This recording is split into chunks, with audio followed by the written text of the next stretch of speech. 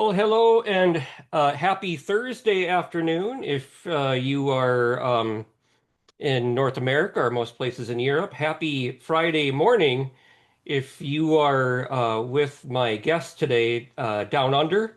Um, but my guest, Father Doru Costache, is here today. He is the academic dean of Nisibis Assyrian Theological College at the Australian University College of Divinity in Sydney, Australia. Um, Father Kostake, thank you for traveling, back in time to Thursday evening to talk with me today. I think this is the first time I've ever had somebody on who is actually in a different day. So congratulations. Thank you. It's good to be here, and really thank you so much for this invitation. Very kind. Well, a while back I had someone request that I bring on a scholar who's done work on Clement of Alexandria. I don't think I've ever had much discussion of Clement on this channel. Um, and your book, Nature Contemplation in Clement of Alexandria, just came out. And this kind of follows on the heels of another book you published.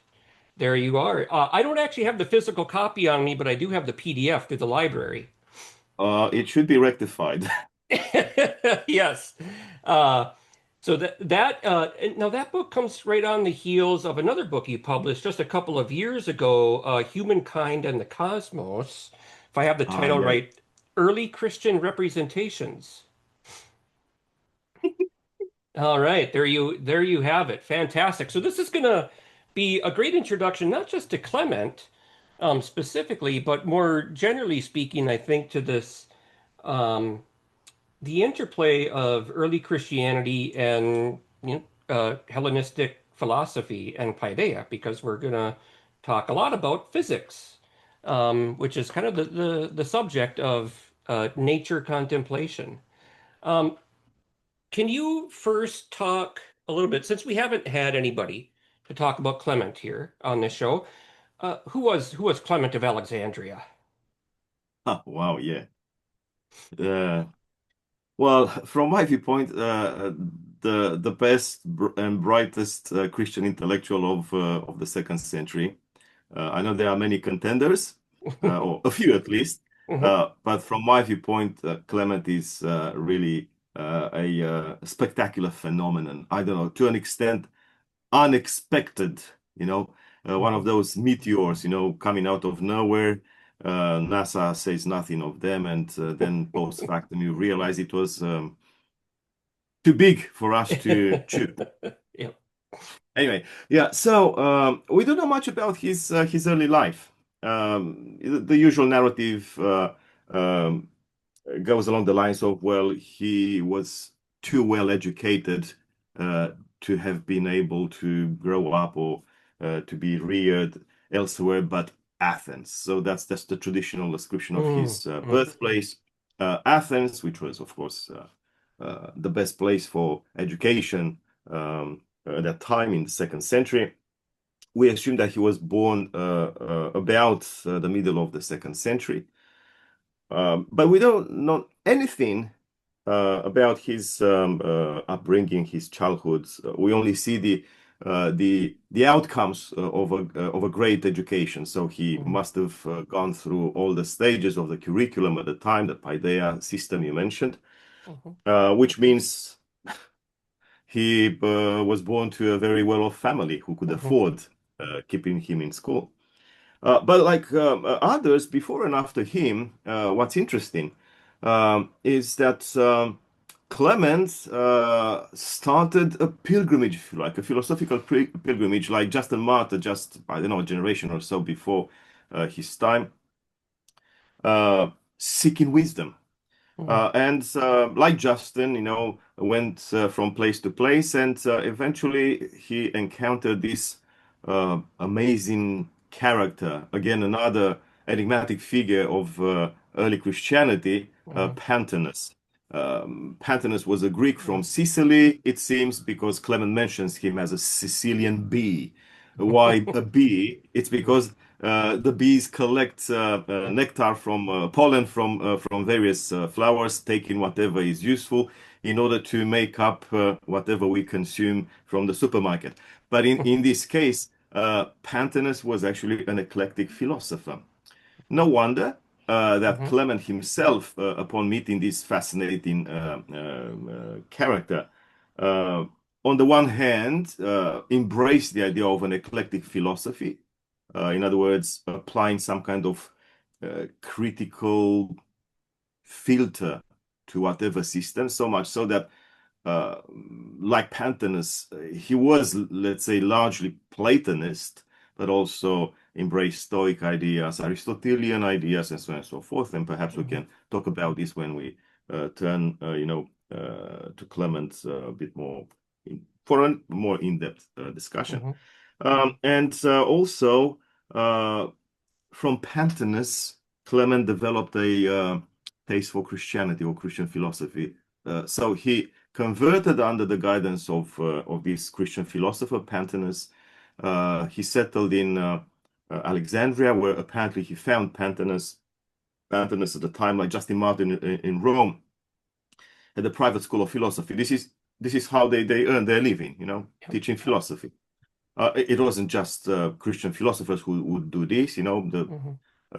path was already Mhm. well trodden, Mhm. Uh, and yeah, so Clement himself opened such a school, a school of Christian philosophy, going through the various stages of the curriculum from the normal disciplines that were part and parcel of the paideia, and ending the way Justin Martyr did in Rome, ending with, let's say, scriptural philosophy. He would engage with the students, matters of exegesis, whatever, faith, speculation, and so on and so forth.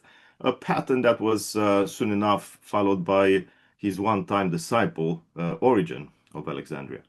Um, uh, yeah, we don't know much else about his biography. Some sources um, present him as a priest, even manuscripts, and I think one of the illustrations in the book here, which I was alerted to by my friend Stavros Lazaris from Paris, presents Clement in priestly garb. But Oh, of course, these manuscripts come from a late period, right. and I don't know how reliable that information may be. Uh, we know that he was involved with the church because his universe, so to speak, theological universe, is really ecclesial. It's liturgical, scriptural. Um, he makes many references to real-time activities within the church and mores and ideas and so on and so forth. So much so that we can say, together with Eusebius of Caesarea, the famous fourth century historian, that he could have been also a catechist in the church. Mhm. No.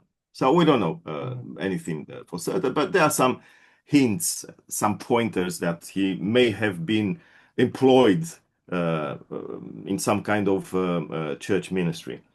And then he fled Alexandria because of a persecution. I don't remember now the exact emperor or whatever governors around there, which caused dismay to young Origen.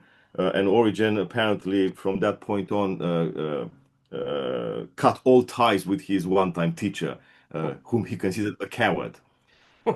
So we don't know where Clement ended, but it appears that he died around 215. So this is a very, I don't know, uncertain approximation on the part of scholars, but we don't know anything about him after that time. So that's Okay. pretty much it. And he wrote immensely, of course. And he wrote immensely. So it brings a few questions. I should know the answer to this. My confidence is probably about 20%, so I'm not very confident. But he was a Roman citizen, wasn't he? Wasn't his full name Titus Flavius Clemens? Yeah, yeah, yeah.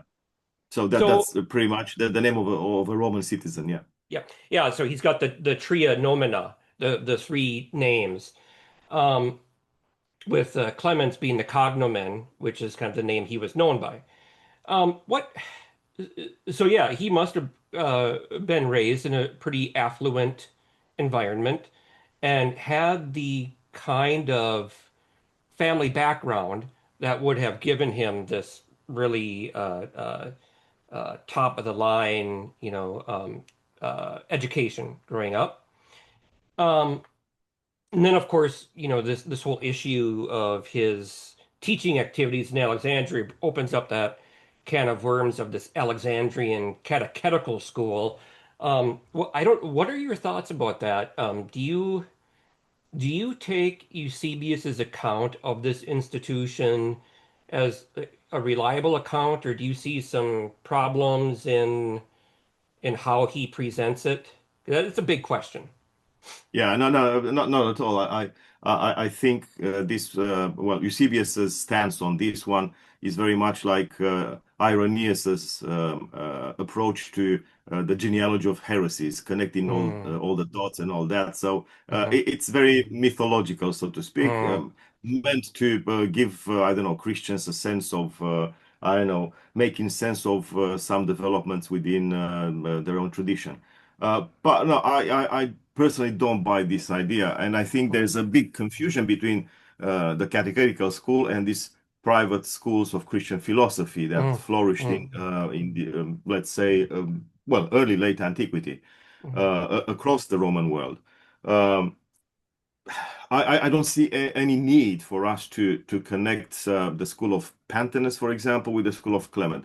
mm, They had their own shacks, so to speak, and they mhm, would teach their own students without this having an immediate or deliberate impact on, let's say, church attendance, for example, or mhm, recruitment or mhm, instruction. Uh, Origin School it's the same. It's a private school. In this case, in Origen's case, we even know more details because the bishop of his time, the Bishop of Alexandria, tried to quash the whole idea of private Christian teaching. Why? Because of the competition that emerged from various so-called Gnostic schools. mhm, Uh, and so, yeah, I don't buy this thing. However, I think there's something that most scholars tend to ignore when they talk about the catechetical school of Alexandria, that existed. And there was mhm, no, in the early Christian centuries, up until, say, the so-called golden era of Constantine, who destroyed actually the Christian church. But don't say this to anybody. Yeah, but in some quarters, he's a major saint who did this and that for the church. No, actually, he destroyed the church. So up until that day, um, uh, each bishopric, each diocese, yeah, had its own catechetical school. That was part and parcel of a Christian movement, emerging Christian movement, mhm, that basically was hell-bent on recruiting adult members. mhm, Yeah. The mhm, idea of infant baptism existed, but it wasn't generalized. It wasn't very popular, I yeah, assume. And given the many similarities between the early Christian movement um, and, let's say, the mystery religions, mhm, the initiation cults of late antiquity, they sort of adopted that kind of stance. Well, our membership is based on converts, adult converts, who go through a process of, let's say, uh, yeah, conversion, instruction, until they become full members of Christian communities. And this kind of recruitment strategy requires catechetical schools. So that mhm, I don't believe that we can speak of any church see, episcopal see, without a catechetical school. So what's in question is not the existence of catechetical schools, whether Alexandria, Rome, Antioch, Jerusalem, or something else. mhm. Uh, what's in question is the confusion generated by Eusebius' assessment that the catechetical school is the same with these independent schools of Christian philosophy. And this raises another question too. Before we get into Clement's own pedagogy, when we try to visualize, like, what kind of space these philosophical schools would have operated in, we don't have a lot of details. Are these like houses? What are they? Now, um, there's that Polish team of archaeologists have done some pretty good work. I'm not sure if you're familiar, Comeldica.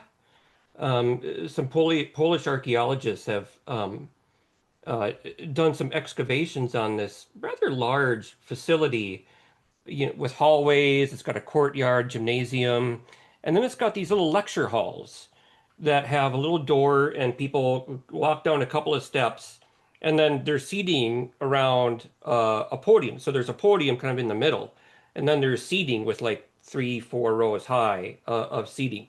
It's actually very interesting to think about.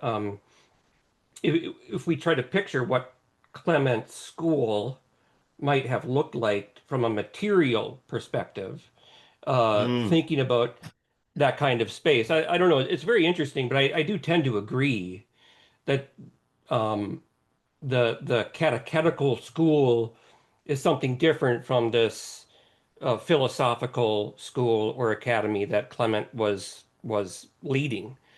Um, but it's just it's such a complicated matter because, as you say, so much relies on Eusebius's kind of narrative of that story of development. Yeah, and look, yeah, thank you for. I didn't know of this archaeological find, uh, but this must have been, I don't know, some later development. I wouldn't expect Justin Martyr, for example. Justin says it was his home, Above so he was. a Roman bathhouse, I think, right? Is where he didn't Yeah, yeah, Justin. yeah, yeah, Yeah, yeah, yeah, yeah. yeah. I don't know. Um, That's a good question. I think the little that I've looked into the Combe Eldica archaeology is that they've dated it to the third century. So not Really? long after And where's that? Clement. Where's the find? Where's the archaeological find? You don't remember? I Oh, it's I'll okay. Yeah, I'll send you some information. I can't remember where exactly in Alexandria it was or In it is. Alexandria. That's It's in interesting. Alexandria. Yeah, it's in the ancient part of Alexandria, the old part. Um, Okay. so Well, but that's I don't know. interesting. Yeah, yeah, it Maybe, is maybe actually. it was Origin School. We know from Origin and the history around him that he had huge sponsors. Yep, That Ambrosius, whatever, yep, there was this rich guy who would sponsor many of his undertakings. And if you have some billionaire behind you, of course, you can afford hiring a theater or something, yep. an amphitheater and stuff like that. Uh, I wouldn't be surprised hmm if that was the school of origin. Hence, now it makes a lot of sense why Demetrius, the Bishop of Alexandria, was so scared about the whole undertaking. Having huge halls, filled with Yep. students who would uh, idolize the teacher Origin. Where's episcopal authority in all that? That's right. Yeah, that's an excellent point. We don't know how many people would have attended these lectures, whether Clement or Origen, but it would certainly make sense why a bishop like Demetrius would be a little bit worried, that he doesn't quite have the kind of control over Of course. the education that they're getting. Speaking of which, this education now, so your book kind of points out this almost like a tripartition of the curriculum. You've got the ethics, you've got physics, or what we probably call today natural philosophy. They weren't reading Copernicus or Galileo at this time, um, or Einstein for that matter. And then you have this really weird thing that's hard to explain, epoptics. Talk about this tripartition of the curriculum. What's going on there? Yeah, well, yeah, that's actually the core uh, of my, let's say, inquiry. Obviously, this isn't a new topic. We know a lot about the three stages. Pierre Hadot has hmm talked a lot about this, and then many other scholars of early Christianity have looked at this topic of the three stages of a curriculum. Um, my friend and one-time student, Father Bogdan Bucur at St. Vladimir's, wrote about this in his doctoral dissertation, which has a lot of Clement in it. So there you have it, another Clement scholar closer to your time zone. Um, and Yeah, so now it's not very certain in Clement's case what's the source. Is it something of a Platonic kind of curriculum or inspired by Aristotle? And the Yeah. opinions differ. Why? Because, well, if we don't go to some length, to with the analysis, uh, the curriculum as you enunciated it, it's Platonic, beginning with the ethical reformation of life, seeking the way the Greeks would do, arete, virtue, embracing the path of virtue, which paves the way for intellectual undertakings like the second stage of physique, physics, or whatever, natural contemplation or natural philosophy. And I don't know, by the way, why uh, they called it only that, perhaps out of some Platonic tradition, Mhm. because in Clement there's a lot of scriptural contemplation which fits in the same kind of area, Mhm. or cultural contemplation, cultural engagement, not only Mhm. physics, but anyway. Mhm. Mhm. Um, and then epoptics.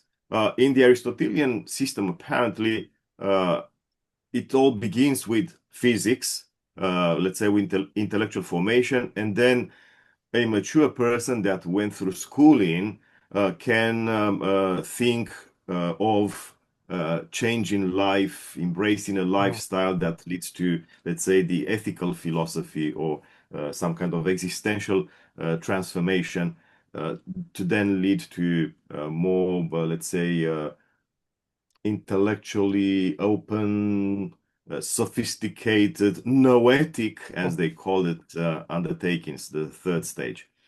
Um, so what I found in Clement is actually uh, the deployment of both schemes. Yeah. Mhm.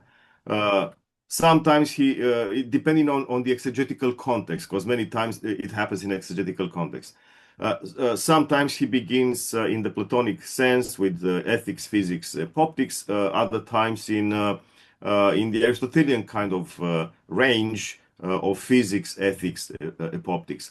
Like, for instance, a passage that I keep returning to, and I did so in this book too, where he contemplates Abraham's, the patriarch in Genesis, Mhm. Abraham's journey, 3-day journey to Mount Moriah to sacrifice Yeah. his son Isaac. Okay. Um, and he looks at the number three, so numerology there, Mhm. and uh, the curriculum he articulates there is Aristotelian. It begins with physics. So first of Mhm. all, Abraham, in the first day, looks around, contemplates the beauty of things, and so that's physics. Then the second stage is choosing what's superior in terms of lifestyle. That would be ethics, and then has the vision of well, the outskirts of the divine realm, if you like.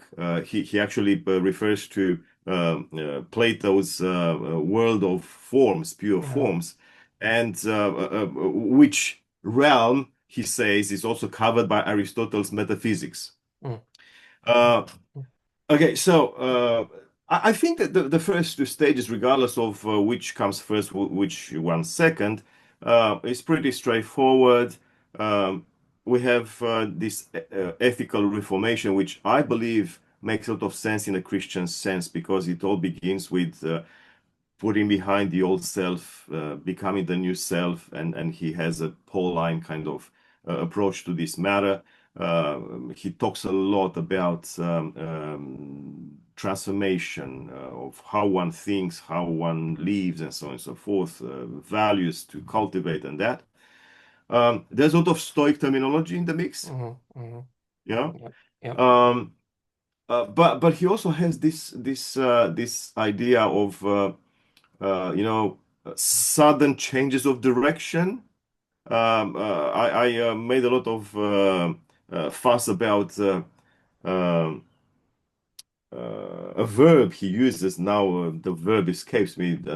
Ipex anaveno, which, which he deploys in different settings, and it actually means leaping from this state to that state, or Mm, this location to that location. mm, So it's very dynamic, and sometimes you can see Clement zigzagging between ethical and physical yeah. topics, as he does, for example, in Stromatis, in Hmm. the Miscellanies. Um, so there's nothing problematic about these two stages. More problematic is the third one, which was usually misinterpreted by scholars, including Salvatore Lilla, who was among the first to discuss this matter, as some kind of progression, a natural progression Yeah. from ethics, physics to some kind of insightful contemplation.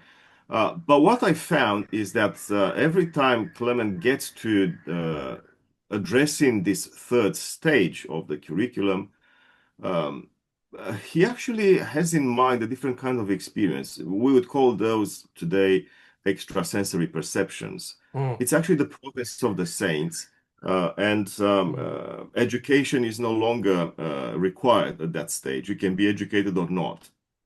Uh, what matters is the degree of your transformation in fellowship with God, in the divine participation, and the more you immerse yourself in the ocean of the mm, divine love, mm, life, knowledge, wisdom, and so on and so forth, the more your insight becomes godlike.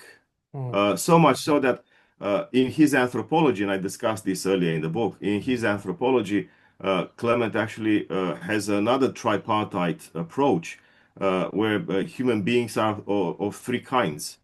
There's beasts who live in, let's say, anomalously, yeah. against the norm, just regular people living non-problematically, doing their chores and whatever daily routines and stuff like that, and gods. Well, the gods of Clementine anthropology are transformed human beings, and it is these gods, inverted commas, if you like, that possess this kind of divine insight into the reality of things, so much so that their perception of reality is completely different from whatever we can gather by way of study, education, and so on and so forth. Mm, Like, for instance, such individuals, according to Clement, are able to acquire something along the lines of the mind of Christ, understanding how things are, have been, and will be. And that's a mm, panoramic kind of perception of reality that is really unfamiliar to us. Yeah. mm, Um, but my main interest, at least in this book and the one you mentioned earlier, and actually in previous undertakings, was to make sense of Clement's physics. So, second stage, first stage, whatever mhm, you counted. Uh, how do we understand this stage of his curriculum, if we still want to use this term? And I think this is where my originality comes in, and I'm not afraid to call it so. I have my own ego. mm, mm, Um, because I discovered this long ago, must have been around 2015 or so, when I discovered that Clement's physics is actually hiding three stages itself. So you mm, have the big curriculum, ethics, physics, and optics, divine mm, vision. And you have within physics three stages. Uh, mm, Clement doesn't refer to them as such, as coming one after the other or as being phases of a process. So it's more like my reconstruction of his physics by going through, well, a great many parts of his corpus of writings. And to make sense of these three stages, I call them So these are my words, not Clement's, but Mhm. I hope that my labels are fit for purpose. One is analysis or description, analysis and description, if you like. The second one would be interpretation, so it has a hermeneutical dimension. And the third stage would be what I call reversed epoptics. Because Mhm. epoptics proper, in the third stage of the grand curriculum, is the vision of God. Mhm. Reversed epoptics is a divine vision of, let's call it, the material reality of the universe. Mhm. Yeah. So it's a divine insight into the world, into the cosmos, human nature, and so on and so forth, rather than a vision of God. Um, and yeah, so I struggled to test my initial hunches about this. So it started really early, 2014, 15, around that time. And this haunted me for a different reason, not so much out of commitment to Clement, because I tried to be as eclectic as he was. In other Mhm. words, to be as disrespectful as he was with my sources. Uh, no allegiance to any philosophy, but taking everything that seems good in everything, Like a bee. all the B, there you have it. The bee. Okay. Yeah. Um, and at least in this book, I managed to pile up a lot of evidence. By the way, all going well, I hope to be able to write another one, a sequel, where I actually want to crowd as much evidence as I found because it couldn't fit in. So plenty more material. Yeah. So why I'm doing this? It's because of another interest of mine, which is, let's say, more perennial for me than looking at Clement or Maximus beforehand and so on, or the Cappadocians. It's my interest in what more recently came to be called science-engaged Yeah. theology. Yeah. Uh, yeah, it's a concept that I didn't know of before 2021, 22. I didn't even use it in my 2021 book, Humankind and the Cosmos, because it was just launched and I didn't get to read about it when I published the book. And I think this is a very profitable way of looking at least at my work for the last 30 years or so. This is what I have been doing without having the concept of science-engaged theology. And I found Clement's method of nature contemplation, or his physics, briefly, um, as a perfect example of science-engaged theology.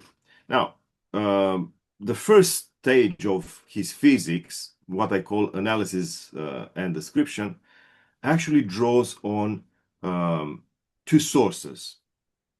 There's education, there's research, there's engagement of the sources, whether astronomers or biologists, according to the standards of the time, of course, geography, and so on. So he draws on many available disciplines. Mhm. Yeah. In order to establish the correct understanding of the phenomena, things around us, the world, broadly put. But there's also another source of um, uh, whatever physics at this stage, the first stage, is direct observation, which is very interesting, Mhm. because many times scholars of early Christianity, late antiquity, suspect that these patristic authors of interest to us, or many of us, were just collecting information, sometimes second-hand information or Yeah. third-hand information from major non-Christian sources and so on and so forth. But in the case of Clement, we see phenomena or things, let's say, in the backyard or in the woods and stuff, where you can see something else, something personal. He would walk Mm. through the woods and would Mm. see this or that. The way later Gregory of Nyssa, the other major patristic natural philosopher, if you Yeah. like, Yeah. in his Apology of the Hexaemeron, actually describes an experiment with water and oil. Hmm. And he describes that experiment. Yeah. You mix them, and then you realize that the oil and the water somehow occupy different places in the same whatever Yeah. glass vessel and stuff. So that'll be the first part. And he was so interested in this, so invested in this kind of research, annoyingly so, especially for those of us who have an idea of how the world looks like to modern scientists or contemporary scientists. Oh my God, what's this? Um, but you realize that there's a lot of inquisitiveness, there's a lot of curiosity, Yeah. but behind all that, this is what I found, is this conviction that we cannot inhabit the world without knowing what the world is like. He was so staunch a defender of truth versus innuendo and bias and untested assumptions and so on and so forth that it makes a lot of sense why many pages in his books are allocated to, let's say, the analysis of the natural world and phenomena and so on and so forth, Mhm. the rules of correct thinking and reasoning and so on. Second stage, then. So, by the way, this first stage of physics, analysis, description, uh, of course, has educational and pedagogical resonance or Mhm. significance. But what matters is that it's available to all. You don't have to be a believer. You can be anything you like and still be invested in the same kind of research of the world around you. You can't live without knowing where you are living. Um, Can and I yeah. may I interject here for a second? Because your whole description of this analytic process is very reminiscent of Basil of Caesarea's homilies on the Hexameron a couple of centuries later. So I'm teaching a course now on creation and early Christianity, and we just got done reading Basil's homilies on the Hexameron, and the way you describe Clement's approach is very reminiscent of what Basil does in those homilies. So he draws on, or I shouldn't say, well, he leads his audience to what you were describing, as you have to be able to know the nature of the cosmos around you to live well in it. And you can learn things about it through simple observation, and how things are orderly which the order and arrangement itself reveals the intelligence of the one who created it and set it into motion. Now, of course, he draws on different sources, whether it's like Strabo for geography or something like that. There's probably a lot of Aristotle in there, but your description is very strikingly similar to what Basil does, and it calls to mind this. Lewis Ayres, in his book on Nicaea, talks about this intellectual culture of early Christianity, and really like intellectual habits of being, or of discourse, and it sounds like Clement was really one of the earlier, maybe not the originator, but one of the earlier expositors of what this Christian intellectual life or scholarly life was, what it contained, and how we go about doing it.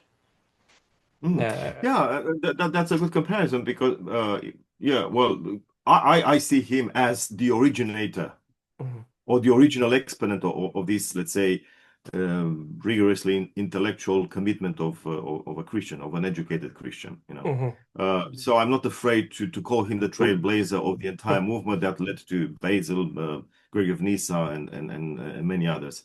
Um, and yeah, it's no wonder that we see this kind of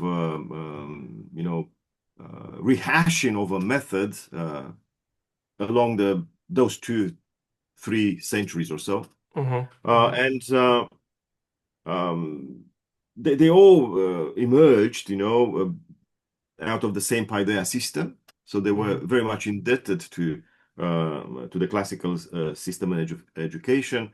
And we can understand the impact of that kind of education on a Christian intellectual. Um, they realize that let's say the earlier fear of the world, or at least lack of interest in the world, because the world was anyway supposed to end in a couple of days with the Lord's returning and stuff like that. Um, that was done and dusted, and Christians were now in at a different stage, Mhm. um, walking at a different pace, if you like, engaging the culture available to them, the sciences available to them, the disciplines, and so on and so forth, and doing their best uh, to make a dent in that Mhm. society. At least that's one of the things that I posited here in Humankind and the Cosmos, that Mhm. there's this shift we can see in the first, let's say, 4 centuries or so of the Christian movement towards a more positive engagement of the world with the purposeful um, aim to make a dent, to contribute, not just to react. Because Mhm. usually this is how Yeah. we represent the apologetic movement as reaction. And even when we say Basil and Gregory of Nyssa were apologists to an extent, we immediately think in terms of rejection. No, no, no. Well, they Yeah. might Yeah. have and may have and did criticize certain Mhm. aspects that they didn't like in the cultural framework of their time. Uh, but their kind of apologetic approach is much different and very much similar to Clement's own. It's a constructive engagement of the framework. Right. Very much so, yeah. And so before I so kind of rudely interrupted your kind of progression through these three stages, you were about to get to the second stage. So Hmm. let me ask you, please go ahead and resume your conversation that you were having before I interrupted you. No problem at all. Uh, Yeah, but anyway, look, I believe that your question, far from an interruption, allowed us to, pinpoint something essential to, let's say, a more constant concern of Christians through the centuries, which is how do we grapple with the scientific culture available to us at a given Mhm. time in history. And if there's something that we learn from these early uh, Christian trailblazers of cultural engagement, including scientific engagement, is that we shouldn't be afraid of it. And I'm No, saying no. this especially given that in our day and age, and especially across the first world, as it's called, the Western culture, we have now these waves of uh, I don't know, fundamentalism, is that a word? Where most believers think that it's their duty, their divine calling to refuse science. Yeah. And that's across the spectrum. And I think it's very unhelpful and very unchristian to do so. Yeah. Yeah, and I'll say also the reverse is true because probably about 20 years ago now, especially in the West, the UK and North America, you had these new atheists, and their critique of Christianity was that it was completely anti-intellectual and that it was completely hostile to science. And I think a reaction against that was a reaction against some of the rising fundamentalisms that were happening. It also triggered some fundamentalisms in response. It also triggered, I think, a more constructive response by some who, as you say, were not afraid to, use science and really try to grapple with these theological questions in light of modern science. So it is, as you say, it's an ongoing legacy, and it probably will always be. And Clement, I think, recognized that as well as anybody. Um, because he could be like Tertullian and say, what has Athens to do with Jerusalem? Or he could say, look, these people are they make a lot of really valid claims, and I think we can probably say that, Christianity is quite compatible with it, and we can go about kind of demonstrating Hmm. how. Yeah, he actually was quite daring uh, on this ground.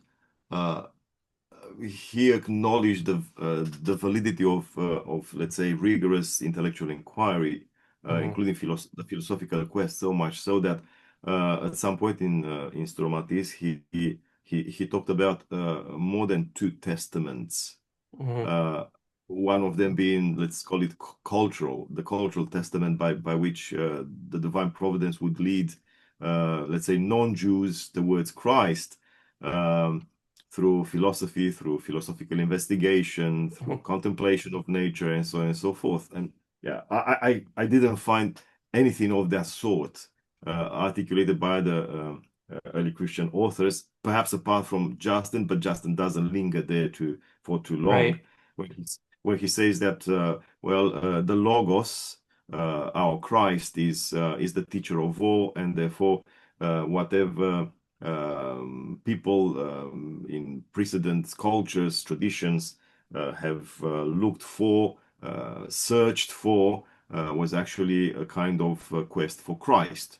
Anyway, but Clement makes of it a whole, stage of the divine providence, or phase of the divine providence leading humanity towards encountering the Lord.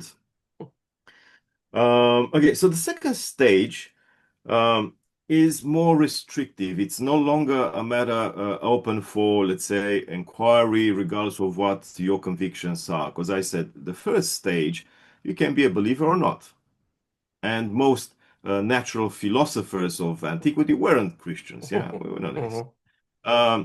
And so that could have been done by anybody. And what's interesting about Clement, usually he's considered a bit of an elitist, talking Hmm. about the Gnostics and Yeah. that, but that's a different story altogether.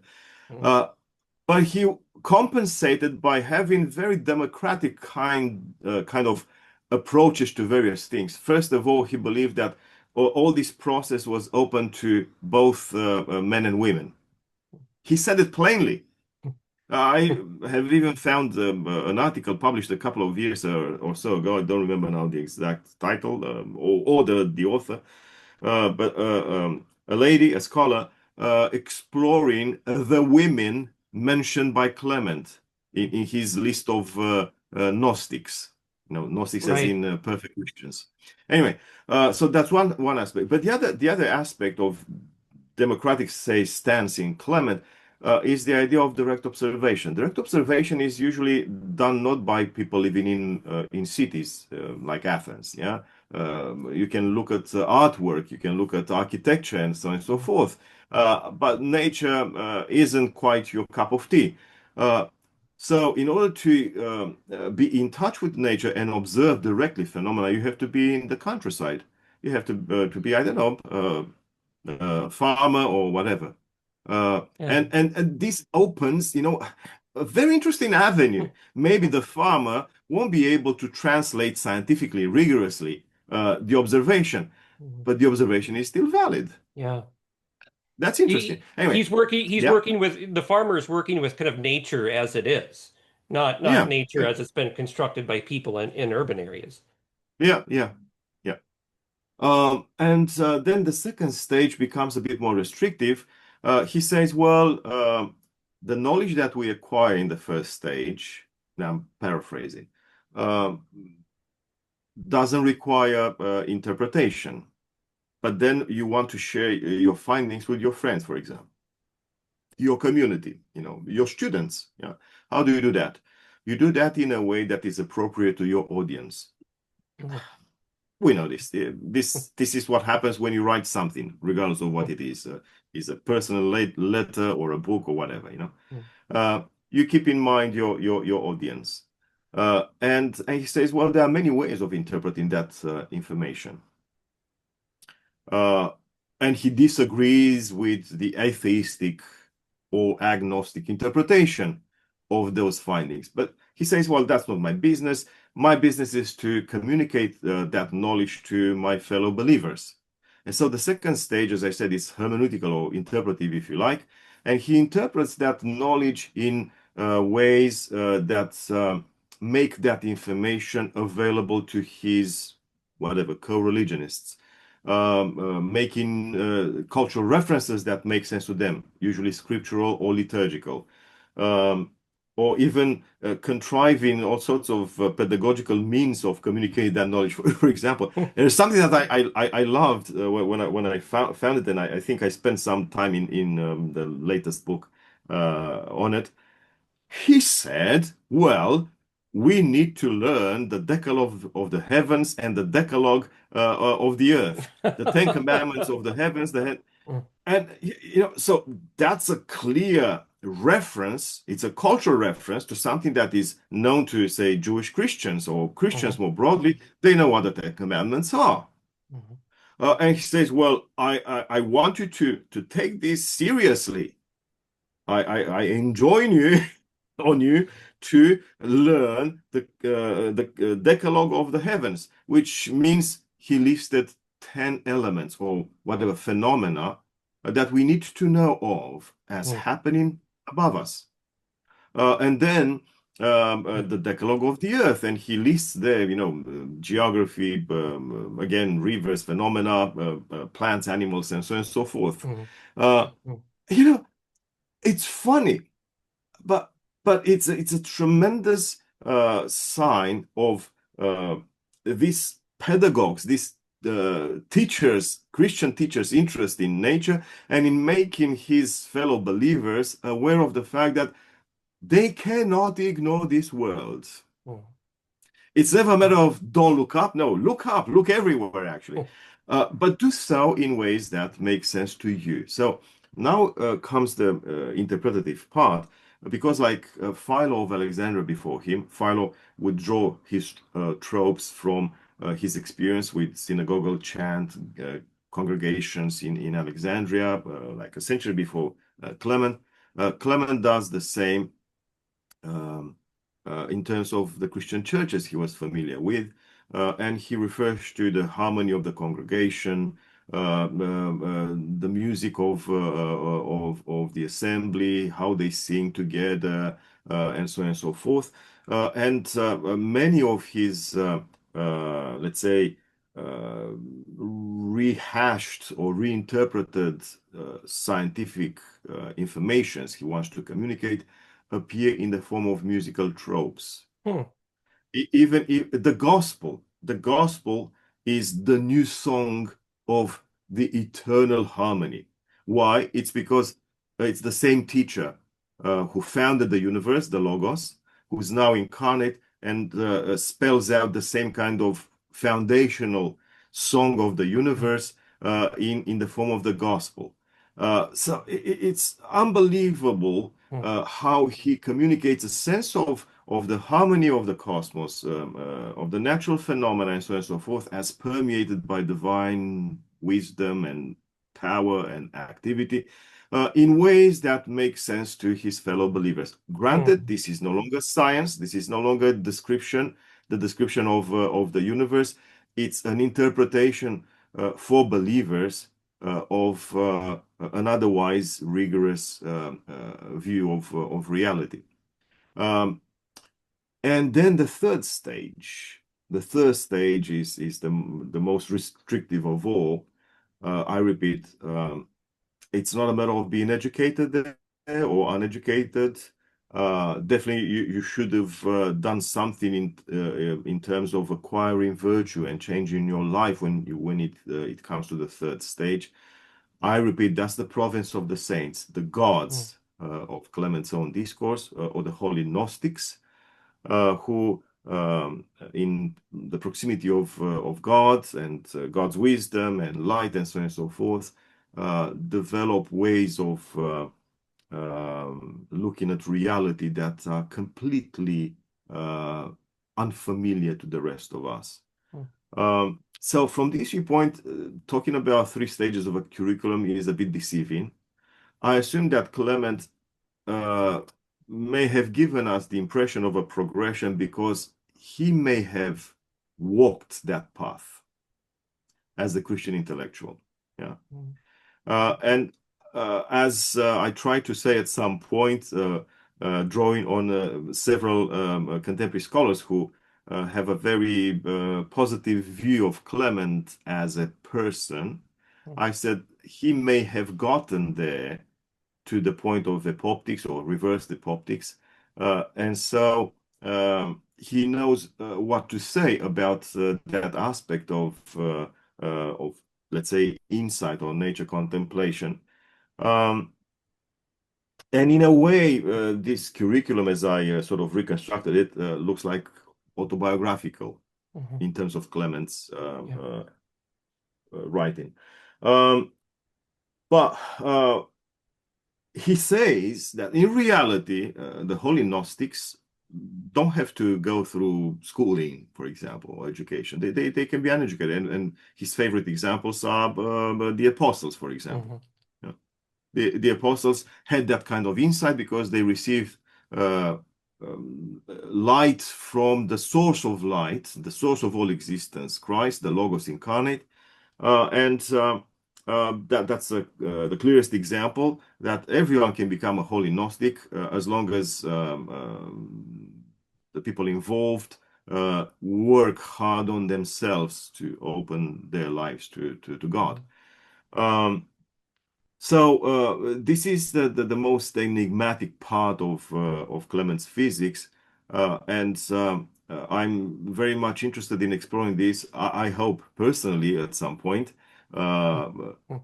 depending on God's grace, but also as a scholarly undertaking, at least to map more precisely these moments where Clement seems to be disclosing something about the insights of those gods, those holy Yeah. Gnostics, because the insights that are offered there are amazing. And in 2021, in this book, I associated that kind of insight with what Adovnan of Iona describes in regard to a vision of Saint Columba, where it's described in the life of Columba twice, in the beginning, in the prologue, and then a few chapters later in the first book, where in in uh, in ecstasies, in a state of grace, Columba was able to see the universe unified as a single ray of the sun. I use Mhm. this metaphor. There's nothing of this sort in Clement. Um, but there are elements in Clement's own discourse, including that deployment of the verb ipexanaveno, which is associated most times with the idea of a sudden experience of grace or vision or an ecstatic experience. Mhm. From my viewpoint, those are very precious insights, and we can or we should actually know more about this, let's say, cosmology of the saints or geography of the Yeah. saints or Right. anthropology of the saints as a complement to whatever we think we know today about reality. That's yeah, that's really interesting. 'Cause, it gets to this last question I had about epoptics. Actually, I had a couple of questions, but we don't have time to go through them both. So I'll just ask the question about epoptics. Because the way you describe epoptics is generally the way that I've understood it to be some kind of like mystical experience, contemplation.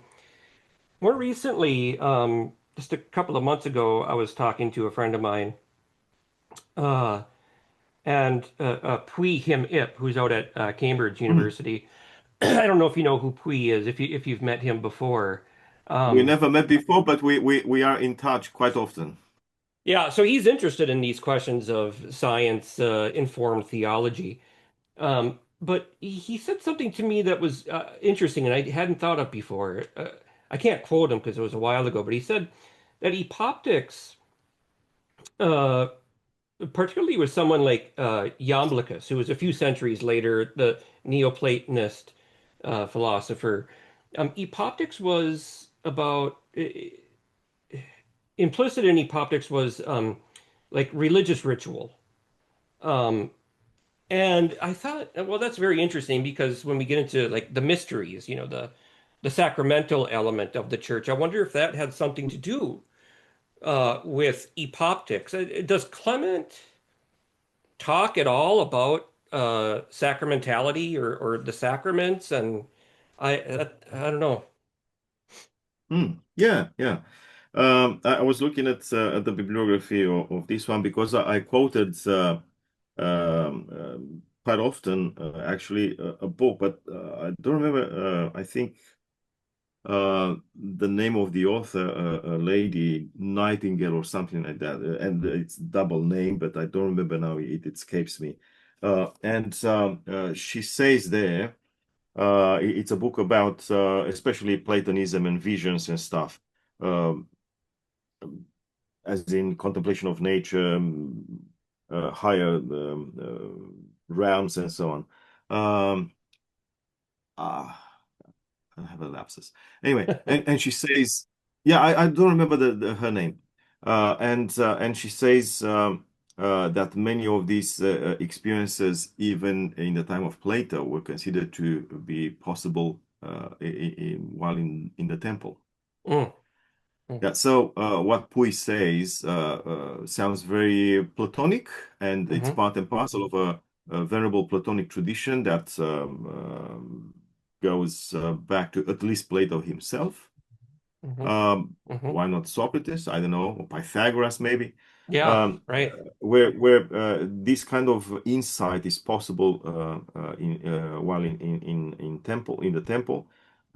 Granted, Pythagoras and others had also some experience or some exposure to Egyptian and Mesopotamian Mm, teachers. We know this. Clement talks about this a lot, mm, yeah, about the Egyptian and Mesopotamian sources of Greek science. He mm, talks about it a lot. Um, and so it wouldn't surprise me if apoptics is first and foremost, let's say, a state of grace, an ecstatic experience that happens in the setting of the temple, or in our terms, in Christian terms, within the Christian liturgy. right. Um, Clement doesn't say that explicitly, however. Mm, He has a strong sacramental theology. He refers in many places to baptism and the Eucharist. And he even uses sacramental imagery to articulate other aspects of his discourse, yeah, including the stages of initiation, mm, for converts and stuff like that. Um, so that's there. But personally, I did not find a statement, a clear statement, uh, saying something like, well, this insight of the saints is possible only when they pray together with others, or right. in the presence of the chalice, the Eucharistic chalice, and stuff like that. As a matter of fact, I think from this viewpoint, he may have been a precursor of, say, fourth century monastics or ascetics of Mm, the Egyptian deserts, okay. Yeah. who, while they had a sacramental experience, Mm, it wasn't consistent. Some of them, especially hermits, would not attend the liturgy with various congregations for weeks or months or yeah. sometimes years. Yeah. And I believe that Clement tends towards that kind of experience where, yes, he cherishes the Eucharist, but he won't be associating it with those states of insight or grace or whatever you want to call them, where one gets through the rabbit Mm, hole towards mm. Wonderland. So we're getting pinched for time because I know you got to go pretty soon. But I wanted one more question. I wanted to finish with a question that I'm wanted to start asking everybody that I have on here. Um, do you have time for one more short question? Sure, sure, sure. Yeah, no problem. Yeah, yeah. Although Plenty. there's nothing short about this question, so we'll do our best. What would you say is the legacy of Clement of Alexandria? Mm. Uh, You should have told me this before. We should have started with this one. I probably should have, but I'm not always the smartest guy in the world. Oh, no, no, no. I think it's really a trick, and this shows experience and wisdom in that chair, to keep people hooked up. That's right. I want him to come back. What can I say? Okay. Well, yeah. See, this is something so strange. Uh, uh, I'm not saying anything new here. Father Bogdan Bukur already has addressed this matter in his doctoral dissertation in the published version, and then a couple of book chapters, at least a couple of them. Um, yeah, with the more time passed, the more Clement's image faded. Hmm, Which is very strange. He's not the only early Christian author whose legacy was actually more and more ignored with the time right. passing. Irenaeus' writings, for God's Yes. sake, were Yep. lost. Yeah. Yep. So the fact that they were lost in the original Greek, only fragments survive, shows that people stopped reading Irenaeus. Mhm, Yeah. mhm. Interesting about Clement is that while not many people seem to have read him, or not many people developed later, say in the Middle Byzantine era, an appreciation for his thought, um, his writings were largely preserved. So he must have been one of those, his writings, kept in the secret drawer, many would read with all the manuscripts to be copied, but no one would dare to engage Clement's ideas upfront. Hmm, I don't know. This is hmm. something strange. So on the Yeah. one hand, you see his memory fading, and sometimes his memory being associated with, funnily, with Origenism. Yeah, Father Bogdan Bukur actually mentions at some point an individual, some Byzantine monk, who condemned Clement for his Origenism, which is funny, Yeah. Origen being Clement's disciple. Yeah. Right. Um, and yeah, so is there a legacy? I believe that it is, regardless of Yeah. how much Clement's works became, say, irrelevant in later times, especially given the lowering of standards of education. Mhm. That's problematic. Yeah. When you Yeah. don't have the schooling of Clement or of Basil of Caesarea, then you are unable to read Clement. It Mhm. happened the same to Origen. Yeah. Uh, Origen continued to be read, but was he actually understood? The fact that the Byzantines, politics aside, form such a bad idea about him shows that they couldn't understand anything, because Yeah. now uh, contemporary scholars have actually revealed facets of Origin that have nothing to do with whatever later orthodoxy found problematic in his writings. And I think, in a way, with Clement, this is still a revolution that hasn't happened. Mhm. First of all, we need to remember him, and thankfully, many scholars have engaged Clement in the last, say, 50 years at least. Yeah. Um, but we haven't gone to the length of rediscovering him, or redefining his personality and legacy the way it happened notoriously in the case of Origin. Mhm. So there's still a lot of work to do there. Um, was, for example, someone like Basil of Caesarea aware of him? I don't know. I couldn't find any clear statement to that effect or an allusion to Clement. Uh, but we have in Evagrius Ponticus, Yeah. you know, a very Clementine approach to spiritual theology or mystical theology. Mhm. Antoine Guillemot already established the connection between Evagrius and Clement.